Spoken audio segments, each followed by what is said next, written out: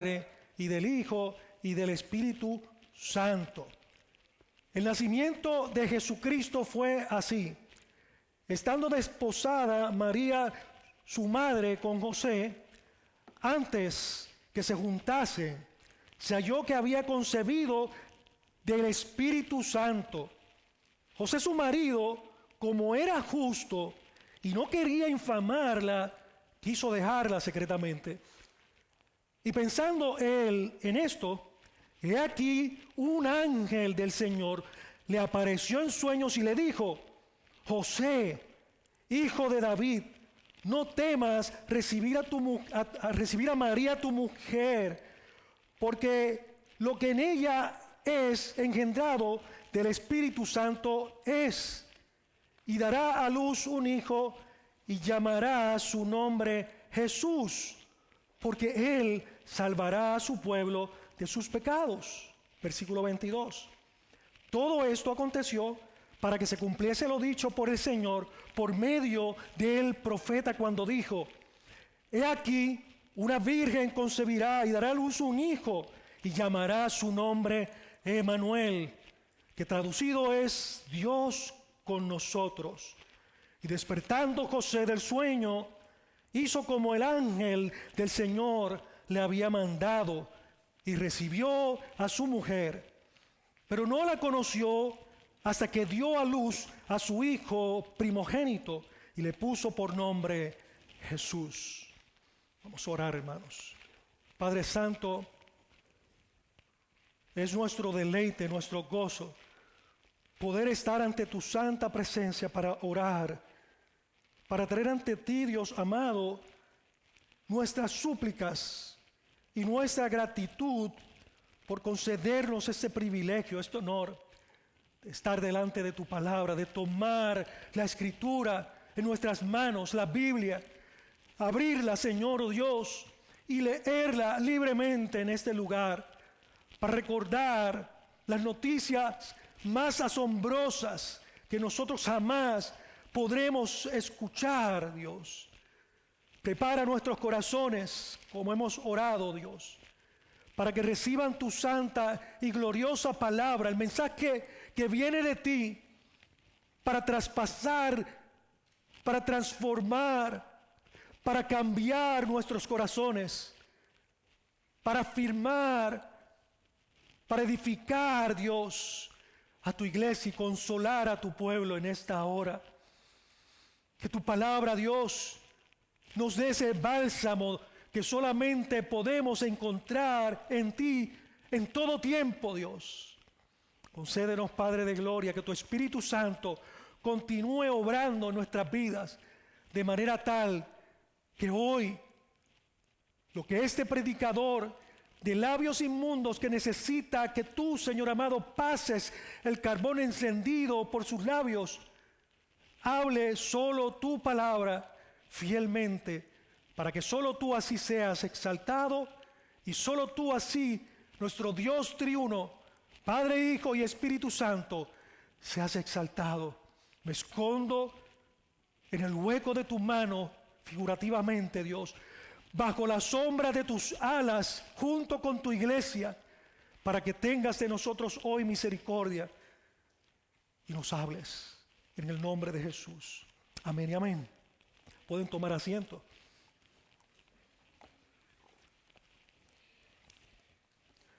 Hoy quisiéramos tener como título, como tema, para los que anotan, cuando Dios cambia nuestros planes. Y vamos a ver 3 segmentos: los planes de Dios, vamos a ver los planes de los hombres y vamos a ver cuál es la respuesta que debemos tener nosotros a la hora de que cambien nuestros planes, los planes que hemos hecho. Yo quisiera, en la introducción de este mensaje del Señor a nuestras vidas, irnos más que nada al trasfondo de lo que acabamos de leer en Mateo capítulo 1 y versículos 18 al 25. En nuestros tiempos, cuando una pareja, un hombre y una mujer, se van a casar, es la costumbre que el mismo joven elige a su novia Se escoge uno al otro, se eligen y luego entre los dos deciden los detalles de su matrimonio, deciden los detalles de su nuevo hogar, deciden los detalles de cada aspecto, incluso cuántos hijos tendremos, en qué ciudad viviremos. Eso es lo que en nuestro tiempo nosotros vemos como algo normal. Sin embargo, cuando nosotros vamos y miramos el trasfondo bíblico que estamos viendo hoy, esta forma que hoy día se acostumbra a utilizar antes del casamiento, podríamos considerarlo como una excepción. Para entender exactamente la situación que ocurre, que vemos en este pasaje de Mateo 1, de los versículos 18 al 25, es necesario que recordemos algunas costumbres matrimoniales que los judíos de aquella época tenían y eran muy diferentes realmente a la forma en que nosotros lo hacemos. Aquella era una época, hermanos, en la que el matrimonio era decidido y organizado por ambos padres, por los padres tanto del novio como los padres de la novia, hermanos. Aquella era una época donde cada uno de estos padres establecía un compromiso verbal entre consuegros. Eso era lo que ocurría en aquella época. Pero esa decisión, hermanos, no era una decisión a la ligera. Una familia creyente, escuche bien, procuraba precisamente casar a su hija con otra familia de creyentes.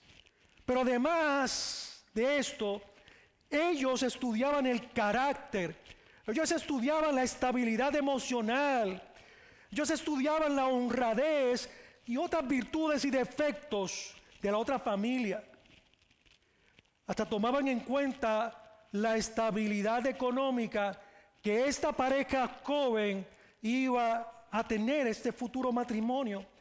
¿Por qué, hermanos? Porque para ellos el matrimonio era un asunto muy serio. Para ellos el matrimonio era algo noble, era algo honroso que iba más allá, mucho más allá de la atracción física que pudieran tener estos jóvenes. Ahora, cuando llegaba el tiempo de entrar en formalizar esa relación, porque de hecho, no solo mencioné, pero la cultura acostumbraban que desde muy pequeños ya iban buscando quién iba a ser esa persona con la que su hija se iba a casar. Y cuando llegaba la fecha, llegaba ese tiempo de formalizar lo que iba a ser entonces un compromiso, ¿sabes qué? Se convertía en algo legal.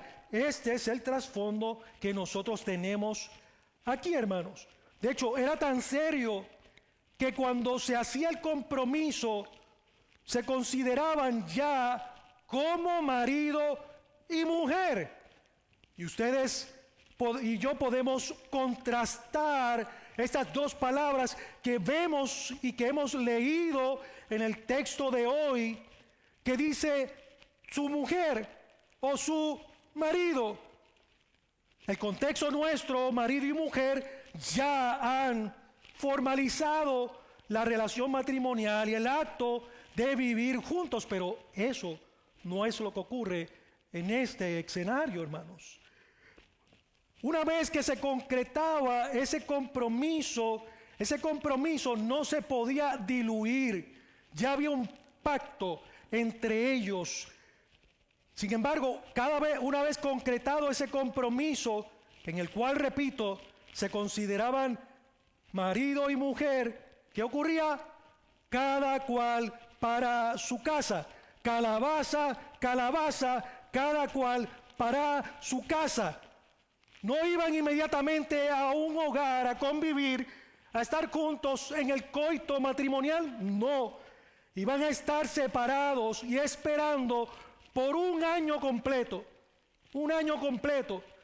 Si se pasa, las jóvenes me están mirando. No, es broma. Ninguna me está mirando feo. Pero no solo eso, además de esto, cuando, escucha bien, en la cultura hebrea, cuando se cumplía el año, un año de prueba, también hacían la celebración de la boda. Y esa celebración de la boda duraba 7 días más. 7 días más. Ellos no escatimaban. Solo usted imagínese una celebración de boda aquí en este tiempo por 7 días.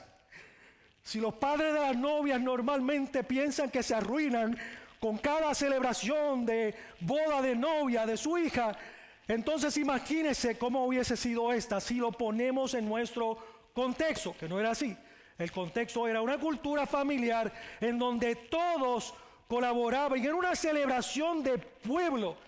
Era una celebración donde ese pacto, por cierto, que no se lo mencioné, ese pacto, ese compromiso se hacía delante de los ancianos de la ciudad, no solamente delante de los padres, no de sus consuegros, sino que se hacía delante de los ancianos, de los hombres serios, de reputación de la ciudad. ¿Para qué? Para validar ese pacto hacia el matrimonio que ellos habían hecho. Pero había otro detalle, hermanos. Si durante ese año de compromiso se descubría que la novia estaba embarazada, según la ley, usted puede mirar en Deuteronomio, y nos lo vamos a leer, capítulo 22, dice precisamente que el castigo por el adulterio en este caso, porque ya hay un pacto entre un hombre y una mujer, era la muerte. Así que ya dado este trasfondo, se podrán imaginar lo que ocurre aquí, en este relato del nacimiento de Jesús. José descubre precisamente que su prometida María estaba, ¿qué, hermanos? Estaba embarazada. Ese es el descubrimiento que hace, justo en la etapa donde legalmente ellos estaban comprometidos. Ya no había vuelta atrás, exceptuando por algunas razones, y entre ellas la ley disponía precisamente que si una virgen desposada, la palabra desposada en el texto que estamos leyendo significa comprometida. Pero yo quiero que hoy usted se quite, jovencito, jovencita y adulto. La palabra comprometida es ya un pacto matrimonial prácticamente al otro lado. No es el compromiso que existe hoy día. Es mucho más serio porque el contexto del que estamos hablando es más alto que lo que nosotros entendemos hoy. María estaba embarazada. María estaba embarazada. Y eso es lo que ustedes ven ahí en ese versículo 18. El nacimiento de Jesús fue así. Estando desposada María su madre con José, antes de que convivieran, antes de que tuviesen intimidad física como matrimonio, se halló que había concebido del Espíritu Santo. Ahora vemos, aunque vemos que Mateo comienza, el nacimiento de Jesús fue así, usted y yo podemos observar precisamente que la realidad es que el enfoque de Mateo en esta narrativa gira en torno a los eventos que ocurrieron antes del nacimiento de Jesús. Así que hoy vamos a mirar a través, yo le pido hoy que usted y yo miremos a través de los lentes de José y de María. Yo quiero que hoy usted se transporte allá a ese Oriente Medio, allí a Nazaret, al lugar donde se está desarrollando este relato, y se ponga en el lugar de José y María para continuar entonces desarrollando el mensaje que Dios nos está hablando en esta mañana. En primer lugar, recordemos que estos son los planes. El primer tema, el primer punto es los planes de los hombres. ¿Y cuál era el plan o cuál es el plan de José y María? Casarse, ¿sí o no? Casarse. Ese es el plan de ellos. Sí, la ilusión de María no era otra que llegara ese año y se completara, y la de José también, ese era el sueño. Ellos habían planeado esto, lo habían recibido bien de sus padres. En aquella época, hermanos, no era impositivo Ellos elegían los papás, pero no era impositivo. Esta pareja, estos jóvenes podrían por alguna razón rechazar la propuesta de unión, pero ellos estaban voluntariamente deseando casarse, hermanos. Dígame usted si es cierto o no la posibilidad de la ilusión que había en María, ¿sí o no? Una ilusión que cuando las mujeres que se han casado aquí como mi esposa podrán solo expresar la naturaleza del caudal de emociones que pueden correr en sus corazones y en sus mentes al pensar en que ese día llegue un año. No sabemos exactamente el tiempo en que ocurrió esto, la Biblia no lo expresa y nosotros no queremos decir que hubo en ese año a los 6 meses, a los 7 meses. La Biblia no habla de eso. Dice que ya estaban prestos para casarse. Dice que estaban comprometidos, así que había ilusión en quien, en ella también, pero el hombre también tenía una ilusión. El hombre tenía una expectativa de que se concretara ese matrimonio porque era honroso para los hebreos, la familia. Quería tener descendencia, querían continuar sus vidas teniendo hijos y querían seguir honrando al Dios de Israel, al que sus padres habían conocido y que ellos conocían también.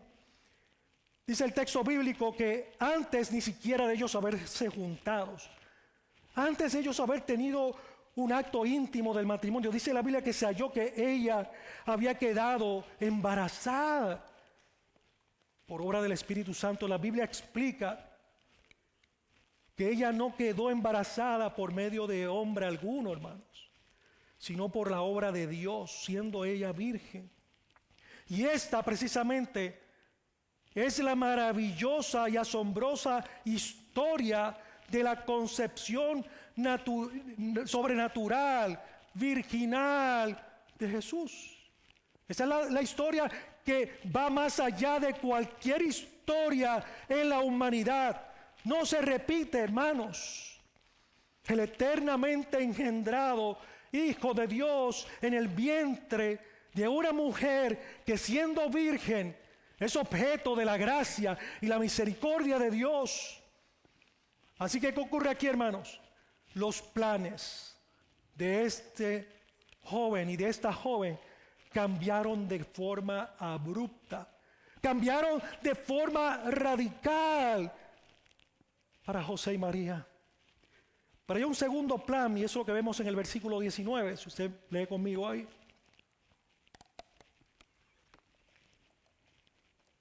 Y antes de hablar de José, quiero que usted se ponga por un momento en el lugar de María.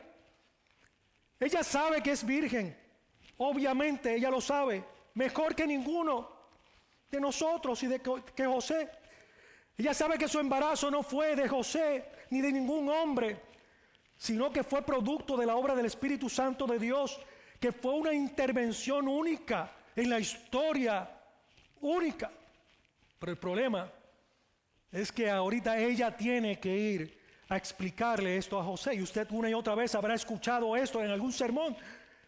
Ella tuvo que ir a explicarle esto a José, hermanos. Solo imaginémonos por un momento cómo estaría María de nervios, ¿sí o no?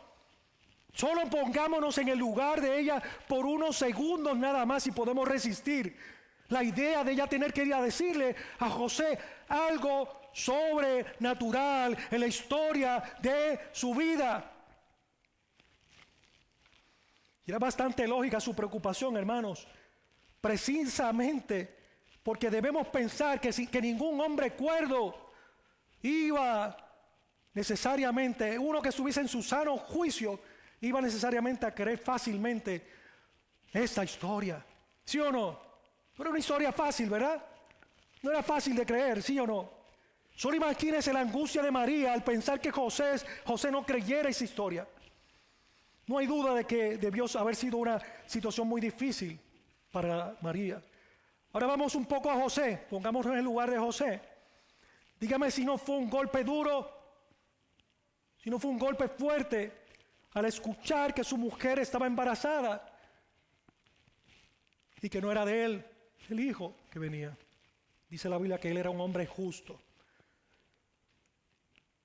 José, su marido, como era justo, dice la Biblia que él era un hombre justo, por lo tanto, se podía esperar también que él esperara una mujer justa, que fuera una mujer que cumpliera su voto matrimonial hasta el final.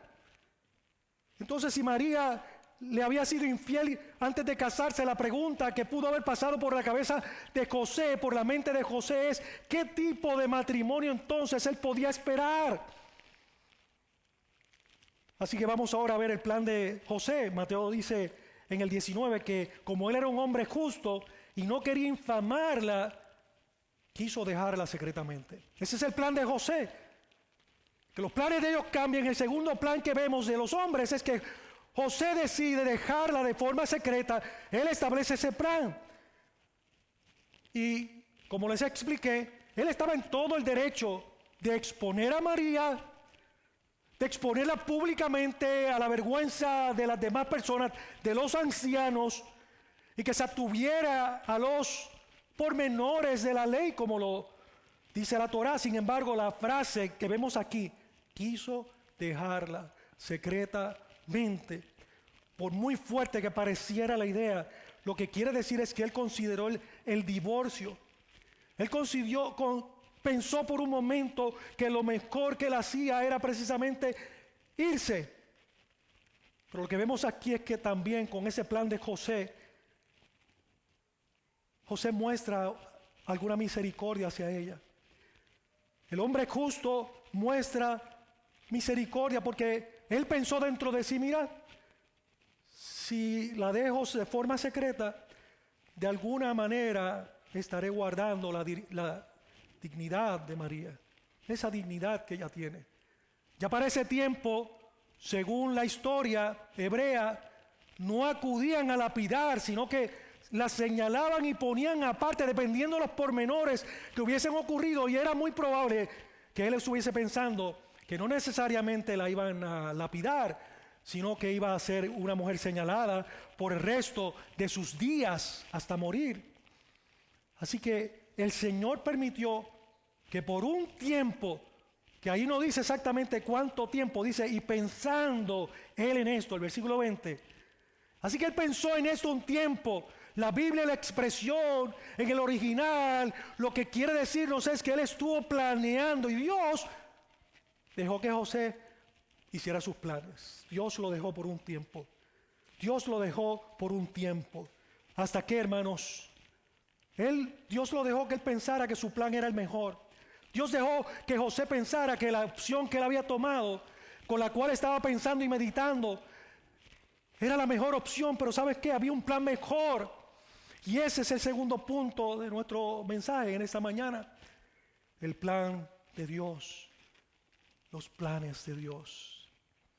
Así que sigamos viendo el versículo 20, donde dice que él estaba pensando en esto, en irse de forma secreta, alejarse, divorciarse, cancelar ese pacto, ese contrato, ese compromiso matrimonial y dejarla sin que nadie se enterara del asunto. Me voy. Pero dice la palabra de Dios que he aquí un ángel del Señor le apareció en sueños y le dijo: José, hijo de David, no temas recibir a tu mujer, porque lo que en ella es engendrado, lo que es engendrado en ella es del Espíritu Santo. El 21, y darás a luz un hijo y llamarás su nombre Jesús, porque él salvará a su pueblo de sus pecados. Oh, amada iglesia, Dios interviene enviando un ángel que se le apareció en sueños. Yo no sé si para usted, cuando lee la palabra o lee esa expresión en la Biblia de que se aparece un ángel, a lo mejor cuando eras pequeño pensaste o pensabas o te hicieron creer que un ángel era ese que andaba con una flecha en la mano, volando pequeñito, bien lindo, y tiraba una flecha para cazar corazones. Pero en la Biblia, hermanos, los ángeles, nos dice la Escritura, que son poderosos mensajeros de Dios. Entonces, lo que nosotros vemos aquí es que el plan de Dios era que José continuara con su matrimonio, que José, continuara con los planes de casarse con esa mujer que él amaba. Por eso le hace entender que María lo primero que vemos ahí es que le hace entender que María había quedado embarazada ¿de qué? De forma sobrenatural, que no hubo la intervención de hombre alguno, que no hubo infidelidad de parte de ella, que ella continuaba siendo una mujer virgen, casta, y que se había guardado delante de él, Dios a quien ellos le servían y delante de él. Pero miren el mensaje que el ángel le da. Lo primero que nosotros vemos es que el ángel lo llama como José, hijo de David, hijo de David. Y la semana pasada hablamos un poco de la genealogía y vimos los versículos 1 al 17, hablamos algunas cosas. Pero esto es importante que hoy recordemos en la Escritura, que cuando el ángel le habla a José, le está haciendo a José que recuerde, en otras palabras, el linaje de donde él proviene. Le está diciendo, hey, él lo sabía, José no está recibiendo un anuncio de que, entérate ahora de que eres linaje de David. Él le dice, tú, José, hijo de David, es decir, eres de la descendencia de David, hermanos. Si usted puede observar lo que Dios le está diciendo a él en otras palabras, es oye José, yo sé quién eres y yo sé quiénes son tus parientes lejanos y tú conoces muy bien cuáles son las promesas que yo, el Altísimo, le di a David. Le está diciendo en otras palabras que aunque él no sea el padre biológico del niño que María llevaba en su útero, él tenía un papel dentro del plan de Dios, como lo tiene usted y lo tengo yo. Un plan un propósito en el plan de Dios, y más adelante vamos a hablar de esto. Dios estaba orquestando su plan. Dios, para que viniera ese gran rey prometido, para que viniera el rey soberano, el rey majestuoso, aquel que se le prometió a David, que de su linaje vendría un rey que su trono no tendría fin, hermanos. En segundo lugar vemos, mire cómo le dice el ángel, el mensaje que el ángel le da de parte de Dios a José. Dice, no tengas miedo de llevar a María a casa, en otras palabras, como tu esposa. Y lo que Dios quiere es que José confíe en que puede casarse con María, con la amada comprometida. Dios conocía los temores que habían en José, como conoce tus temores y los míos. Él conoce los temores que usted y yo tenemos, hermano y hermana.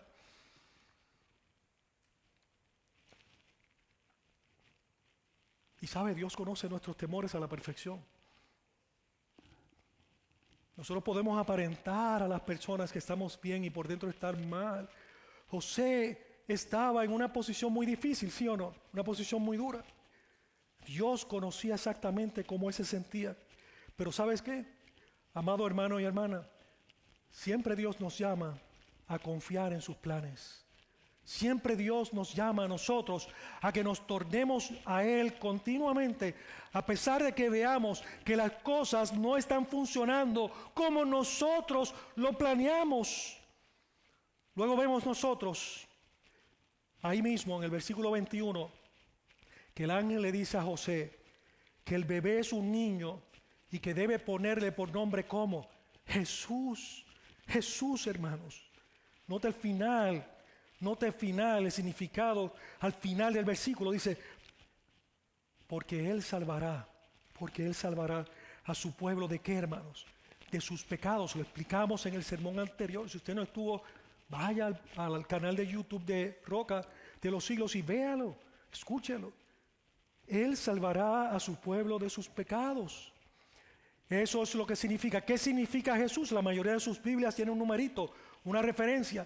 Algunos tienen la definición y dicen Jesús, le ponen el numerito o la letra y dice que el significado en el original es Salvador, porque Él salvará a su pueblo de sus pecados, hermanos. Y esto nos indica la necesidad de qué, hermanos. Esto nos indica y nos lleva a nosotros a pensar en la necesidad de ser perdonados, de que necesitamos un corazón nuevo, de que necesitamos nacer de nuevo. ¿Para qué? Para que podamos amar a Dios, para que lo podamos obedecer.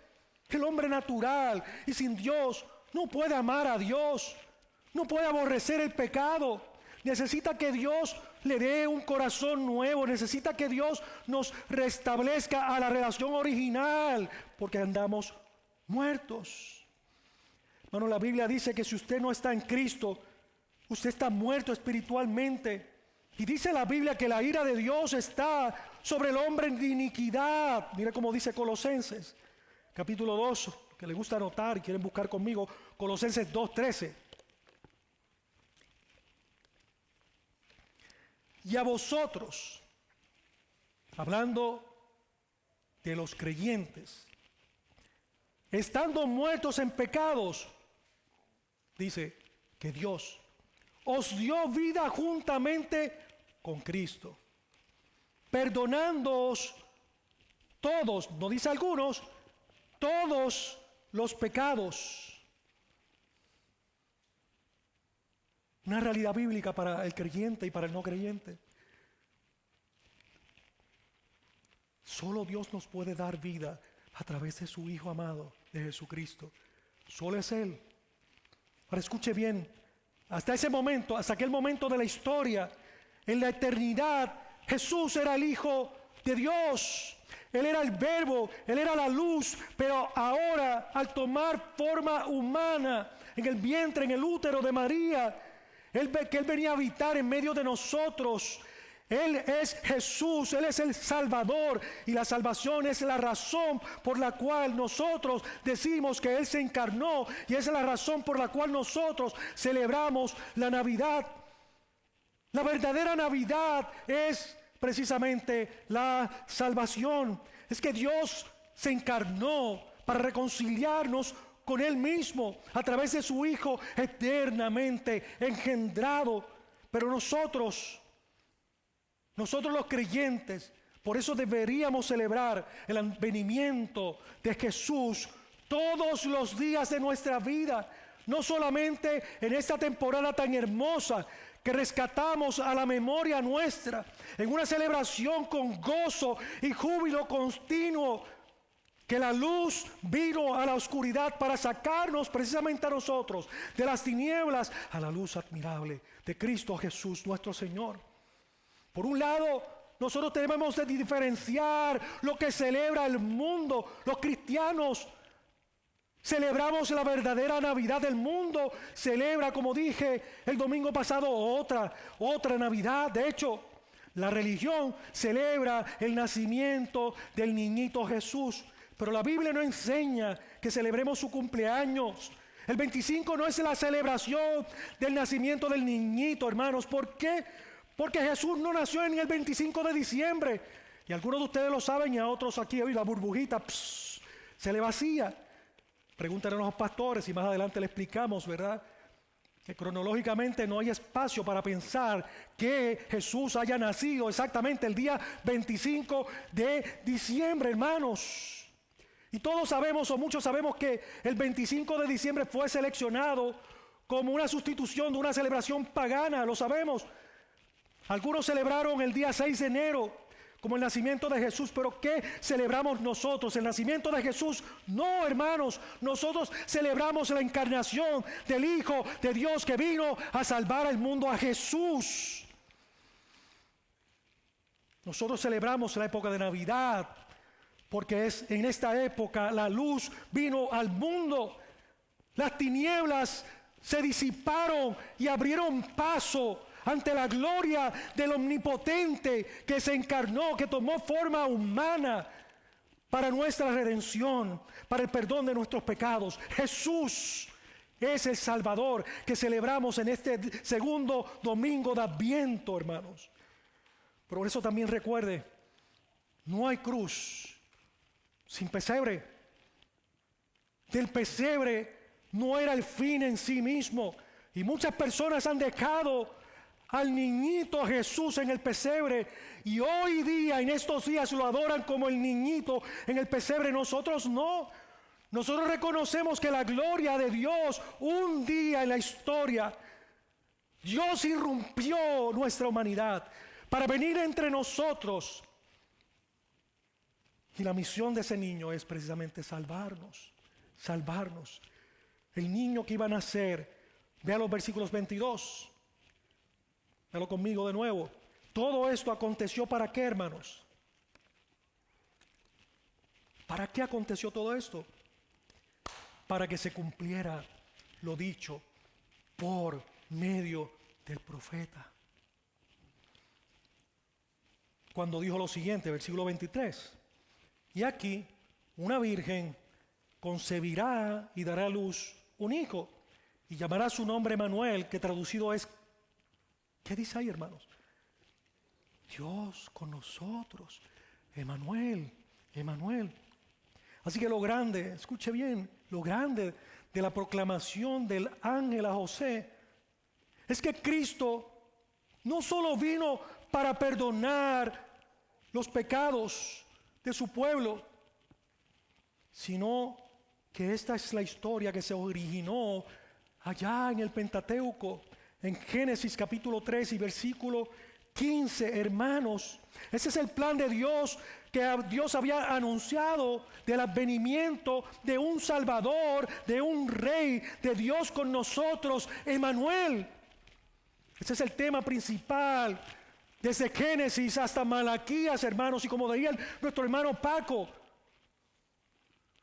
el último de los profetas del Antiguo Testamento fue el primero que vemos registrado hablando precisamente de la gloria del que fue profetizado más de 700 años atrás. Oh, glorias sean dadas a nuestro Dios, hermanos. Mira lo que dice precisamente Jesús, capítulo 12 de Lucas. Vaya por favor conmigo ahí. Lucas 24.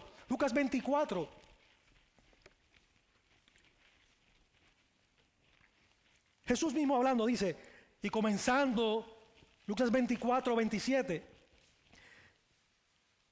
Y comenzando desde Moisés y siguiendo por todos los profetas, le declaraba en todas las escrituras lo que de él se decía.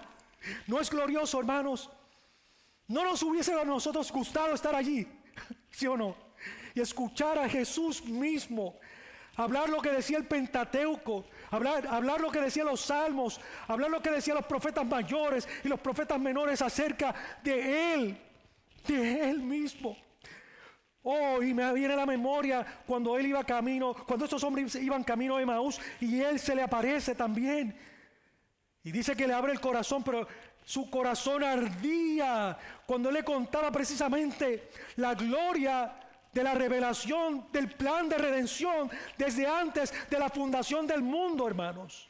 Esto es glorioso, por eso Adviento para nosotros es mucho más que bombillas en las casas y que árboles y demás. Eso es bonito y nos anuncia como lo hizo Martín Lutero, que fue uno de los primeros que colgó una vela o velas en los árboles para representar precisamente que la luz del mundo vino. Pero como dije y repito, nosotros no adoramos árboles, nosotros no adoramos ningún adorno, nosotros no adoramos fechas, nosotros no adoramos solamente al Dios, solamente adoramos al Dios único y verdadero que se encarnó. Se encarnó Jesús. Así que si usted quiere resumir el significado de la Navidad en una sola palabra, ¿cuál elegirías, hermana y hermano? Emanuel, Dios con nosotros. Emanuel, Dios encarnado, Dios se puso en el lugar suyo y el mío, como dice Hebreos. Aquel que padeció en todo, fue tentado, sin embargo no sucumbió a la tentación. Es capaz de entender cómo usted y yo somos tentados y nos anima a permanecer enfocados a la cruz del Gólgota, a la cruz del Calvario, no solo el pesebre, lo cual nos hace darle gloria a Dios en las alturas y en la tierra, y paz a los hombres, buena voluntad, a los que aman al Señor. sino que nos hace mirar a la cruz del Calvario y nos hace de pensar y decir con asombro, con admiración: gloria sea dada a Dios Padre, que nos ha dado su Hijo unigénito, al eterno Hijo de Dios, al engendrado por la eternidad. No fue engendrado en ese lugar y en ese momento. Es el eterno Hijo de Dios que se hizo carne. Jesús no fue creado. Jesús tomó forma de hombre, de una forma sobrenatural. Él no comenzó a existir ahí. Él vivía y vive por la eternidad pasada hasta la eternidad futura. No hay principio ni hay fin. Él es el Verbo. De Él, por Él y para Él fueron creadas todas las cosas, las que están en los cielos y las que están en la tierra. Amada iglesia, ese es Dios. Ese es Dios. El Dios eterno, el creador del universo, ha entrado a nuestra historia para dar el verdadero significado, dirección y propósito a su vida y a la mía. Ese es Dios encarnado. Escuche bien. Lo triste, no podemos negarlo, es triste, es que muchos tienen o quieren tener una relación con Dios, pero sin tener que humillarse y sin tener que arrepentirse. Quieren a Cristo Emanuel, pero no quieren a Cristo Jesús. ¿Sabes qué se lo impide? Quieren a Dios con nosotros, Emanuel, pero no quieren darle la espalda al pecado. El Salvador vino a salvar a su pueblo de sus pecados. El verdadero impedimento a la fe no es la falta de evidencias. No es la falta de evidencias, sino que la Biblia dice, Jesús mismo en Juan capítulo 3 dice que amaron más las tinieblas que la luz, y la luz con mayúscula, no minúscula, la luz que es Cristo. 3 veces el Evangelio de Mateo es inspirado por el Espíritu Santo para decir que Jesús, que Dios es con nosotros. 3 veces. Y la tercera vez, una fue esta. La segunda es Mateo capítulo 18, cuando usamos este versículo para decir que donde están 2 o 3 reunidos en su nombre, ahí está Dios en medio de ellos. Y es una verdad, no lo podemos negar, pero el contexto bíblico es que Dios está en medio de ellos, de la iglesia, para que cuando alguno niega las verdades del Evangelio y no responde honrando a Cristo, la disciplina eclesiástica funciona y Dios, Jesús, está en medio de ellos, dice la Escritura. Pero el tercero, que es el que quiero llegar, la tercera mención es precisamente al final del relato de Mateo. Jesús dice las siguientes palabras en la Gran Comisión. Él dice, por tanto, id, ¿verdad? Por tanto, id. Y después, ¿qué dice? Hacer discípulos a todas las naciones. Pero mira el final como dice, precisamente. Y he aquí, Mateo 28, y he aquí, estoy con vosotros. ¿Cuándo? Todos los días hasta el fin, hermanos. Todos los días hasta el fin del mundo. Y termina con un amén. Un amén significa así sea. Así sea. Amada iglesia, dígame si no es un gran consuelo saber que Jesús ha prometido estar con nosotros. Dígame, hermanos, si eso no es un gran consuelo a nuestras vidas. Él dijo que iba a estar con nosotros. Si usted agarra ese capítulo 28 y esos versículos finales que estamos viendo ahí, cuando Él es como una portada y contraportada, fíjese lo que dice el 18, a mitad dice, toda potestad me ha sido dada. ¿En dónde, hermanos? En los cielos y en la tierra. Colosenses capítulo 1, usted lee y usted ve la gloria de la majestad de Cristo cuando dice que Dios le plujo que toda la perfección de la deidad fuera y estuviese en Jesús, y que por Él, de Él y para Él son todas las cosas, están sujetas en las manos de Cristo. Mira la portada. Dice, toda potestad me es dada en el cielo y en la tierra. Y al final dice, si tú agarras un libro, nos está dando la autoridad de Él, esta portada. Y todo el contenido del Evangelio lo cierra diciendo: y yo estaré con ustedes todos los días hasta el fin del mundo. Él tiene la autoridad para sostenernos hasta el final. Él tiene la autoridad para darnos ese consuelo. O dígame usted, amado hermano y hermana, si alguna vez usted se ha sentido sola o solo, o soy yo el único. Alguna vez nos hemos sentido solos, hermanos. Por eso es que son nuevas de gran gozo, porque Cristo, Dios, está siempre con nosotros. Y esto debe ser de mucho consuelo cuando nos sentimos solos, cuando nos sentimos enfermos, cuando nos sentimos abrumados, ya sea por la culpa o por los problemas, o cuando sentimos miedo, incertidumbre, ansiedad por lo que va a pasar más adelante y no lo entendemos, no lo conocemos y nos preocupamos. Qué consuelo, hermanos, tan grande cuando recordamos que Jesús es quien, hermanos, Emmanuel, Dios con nosotros, que Jesús está con nosotros y Él lo ha prometido y Él lo ha cumplido cada uno de los días nuestros, aún los días más oscuros, a los días más difíciles. Jesús ha estado con usted y conmigo, hermano y hermana. Pero escuche lo que dijo un escritor: algunas personas responden al nacimiento de Jesús con indiferencia. Otros piensan que es una bonita tradición. Pero los que piensan así han perdido el punto de Isaías y Mateo. Y claro, no le hice referencia, se ve las letras pequeñas y vemos ahí, que habla precisamente de la profecía en Isaías capítulo 7. Y habla sobre un rey. No podemos entrar por cuestión de tiempo a ver el contexto de esa profecía, que nos podría parecer de alguna manera que no tiene nada que ver con lo que está hablando hoy Mateo aquí. Y de la manera en que la exégesis de Mateo, inspirado por el Espíritu Santo, aplica esa profecía de Acaz, que estaba siendo amenazado por 2 reinos.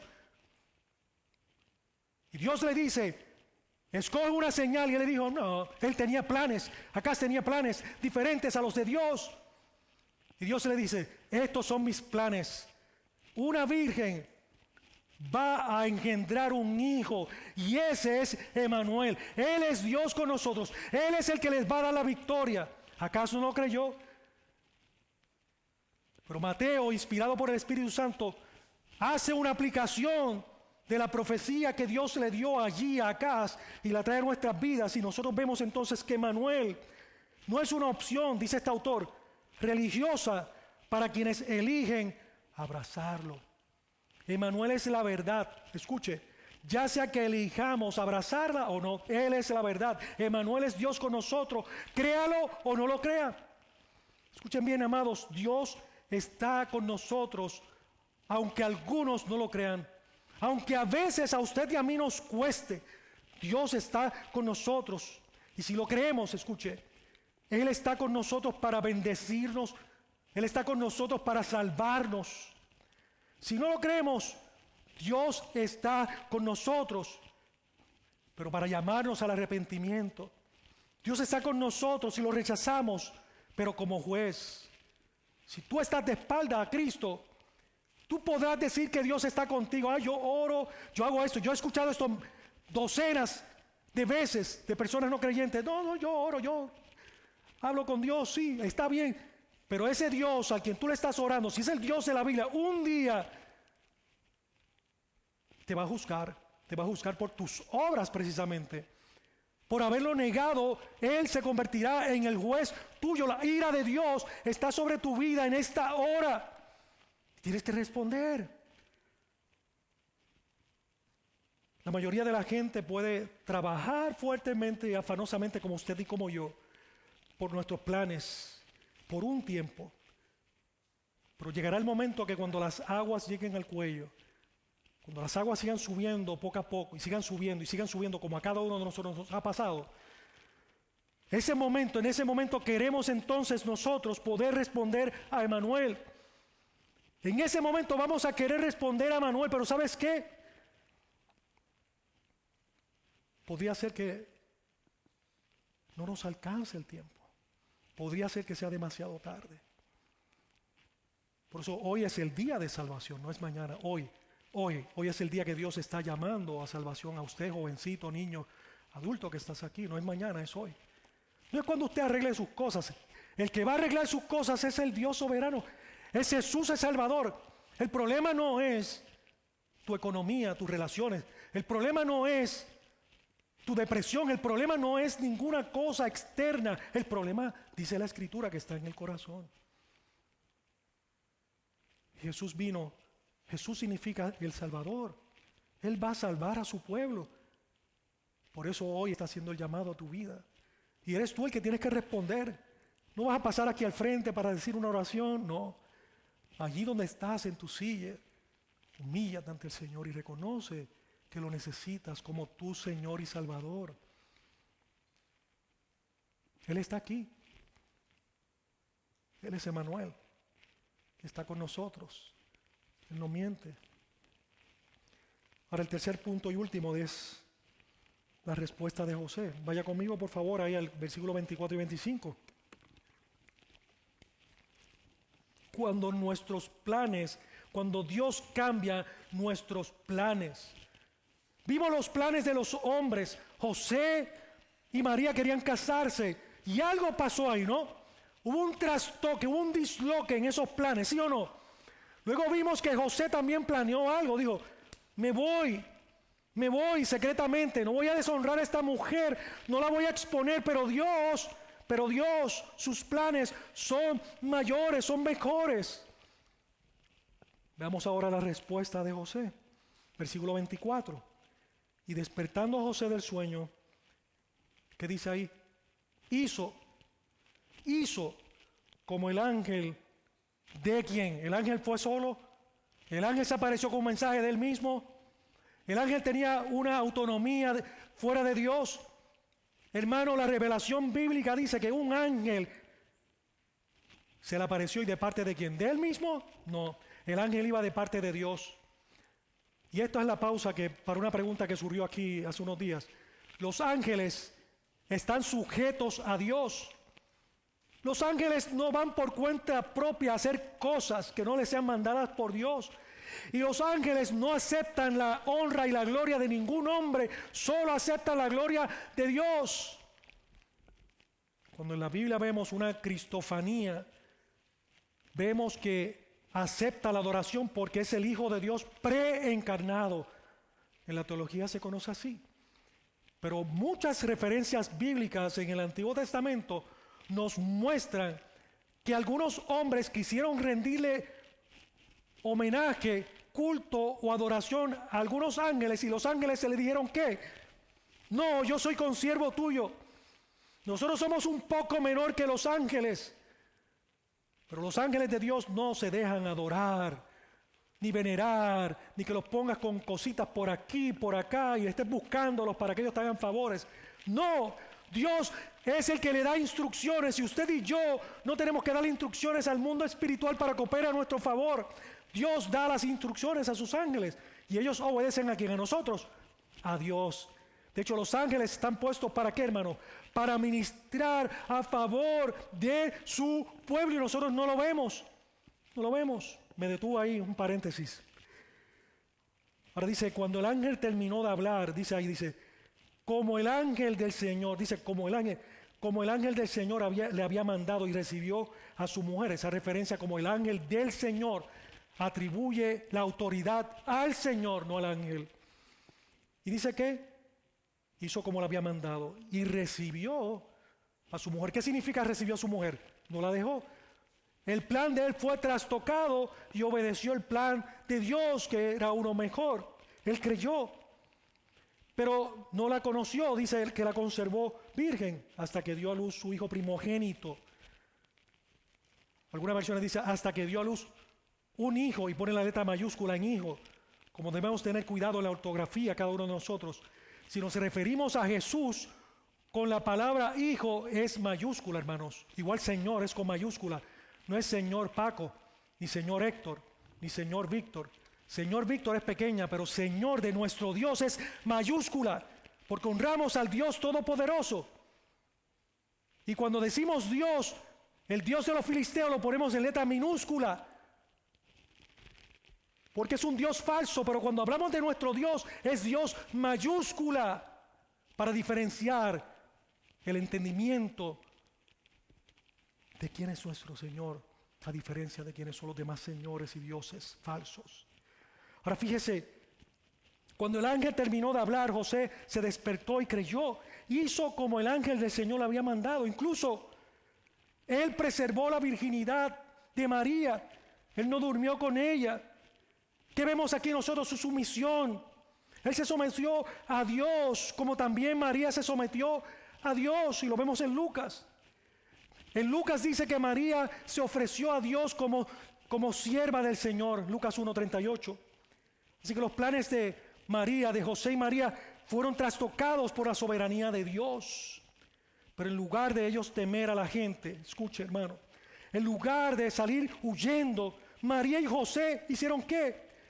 Prestaron atención. Ellos escucharon al Señor. Ellos silenciaron sus emociones de miedo. Ellos silenciaron su vergüenza y ellos obedecieron. ¿Por qué? Porque ellos entendieron precisamente que Dios está con su pueblo. ¿Para qué? Para salvarlo.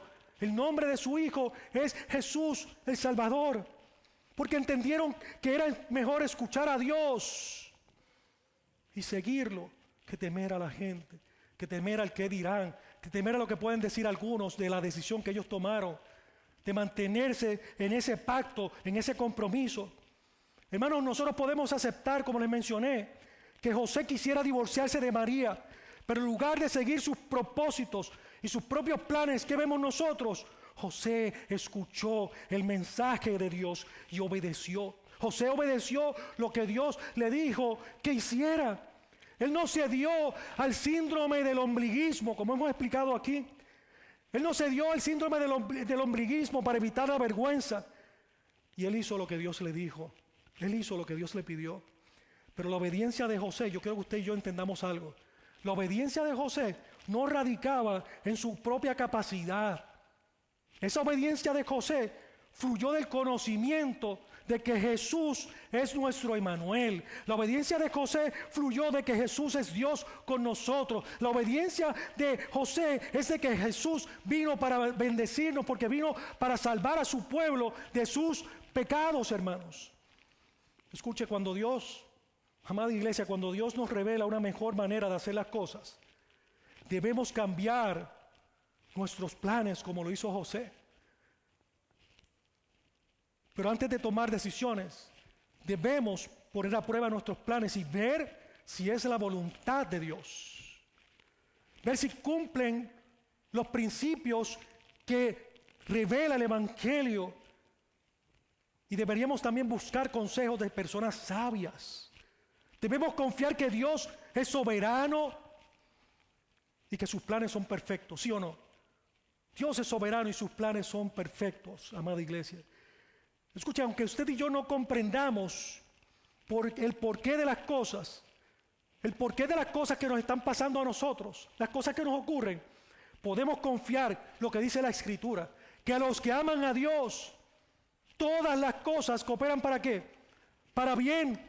¿A quiénes? A los que conforme a sus propósitos hemos sido llamados, hermanos. Confiemos en que el principal propósito de Dios para nuestras vidas, ¿cuál es? Lo decimos una y otra vez. Está bien que tengamos comodidades, no hay problema. Está bien con que tengamos alimento, no hay problema. Está bien con que tengamos unas cosas bajo este cielo, este lado de la eternidad. Pero el principal propósito de Dios, si tú quieres saber la voluntad perfecta de Dios, es tu santidad. Es que nos parezcamos cada día más a Jesús. Todo lo demás, dice la Escritura, que viene por añadidura. Jesús dijo, mas buscad primeramente el reino de Dios y su justicia. Y luego que dice, algunas cosas serán añadidas. Todas.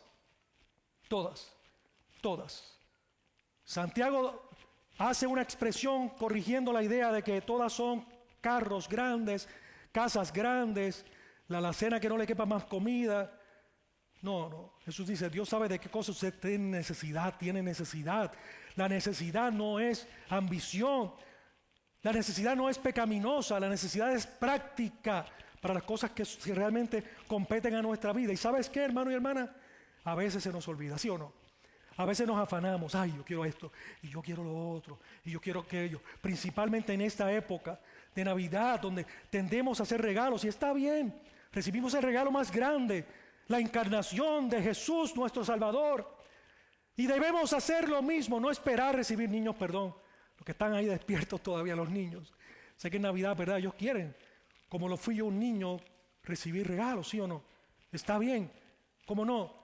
Pero el principal propósito de la Navidad es entender que el mayor regalo es dar.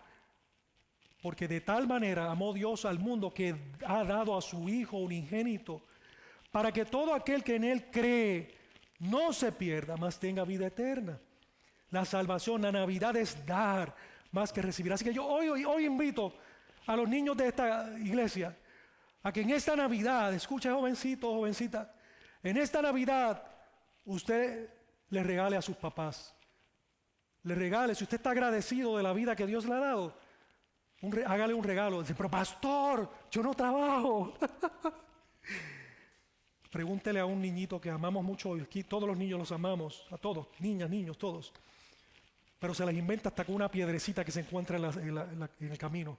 Con ese detallito se entretiene y hace algo extraordinario. Hágale saber el mejor regalo suyo a su papá es un corazón obediente para empezar. Un corazón que los honre como papás. Un corazón que no escatime en decirle, papá, aprecio que seas mi papá, mamá, aprecio que seas mi mamá. Estimo lo que haces por mí, ¿verdad? Pero si tienes chance de hacer algo que te parezca pequeño, va a ser grande para Dios. Una nota. Papi, te quiero mucho. Y si no sabes escribir, doble un papel y dáselo, lo que sea. Dale algo a tu papá y no esperes tanto. El recibir es mejor dar que recibir, dice la Escritura. Y ciertamente hoy hemos visto la historia de un joven piadoso que fue sobrecogido al descubrir que su prometida estaba embarazada. Y también la historia de una joven virgen asombrada, se quedó pasmada al escuchar que Dios encarnado crecería en su útero. Pero mucho más que eso, hermanos y hermanas. Esta es la historia de Dios y debemos responder a su llamado. Eso es lo que finalmente estamos viendo en estos dos versículos. Algunas personas responden al nacimiento de Jesús creyendo el mensaje del Evangelio, como usted y como yo. Porque Él está con nosotros para bendecirnos. Él está con nosotros para salvarnos. Pero algunas personas responden al nacimiento de Jesús con indiferencia.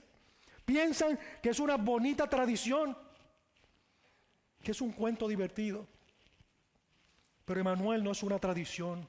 Emmanuel es la verdad. Jesús dijo, yo soy el camino, la verdad y la vida. Nadie viene al Padre si no es por mí. Así que ya sea que usted lo crea o no, Emmanuel es Dios con nosotros, Dios encarnado. Escuche bien, la vida puede parecerle que lleva el ritmo que usted le ha dado. Puede ser que usted vea que las decisiones que ha tomado hasta ahora parece que todas le han funcionado bien. Que usted ha tenido el control y nada se le ha ido de sus manos, pero llegará, escuche, llegará un momento en que se dará cuenta que necesitará llamar a Emmanuel, como lo dije anteriormente. Llegará un momento en que necesitará llamar no solo a Emmanuel para que te libre del problema, sino vas a necesitar llamar a Jesús para que sea tu Salvador, para que sea aquel a quien tú te sometas a su autoridad y vivas para Él. Tienes que creer en esta hora. Crea en Jesús, yo le invito hoy. Crea en Jesús y arrepíntase. Su un reto de la fe. Más que eso, actos en que Dios tomó control, el plan de Dios en la redención ha llegado aquí hasta cumplimiento. El Espíritu Santo de una forma sobrenatural es la mayor vida de una mujer y movió los corazones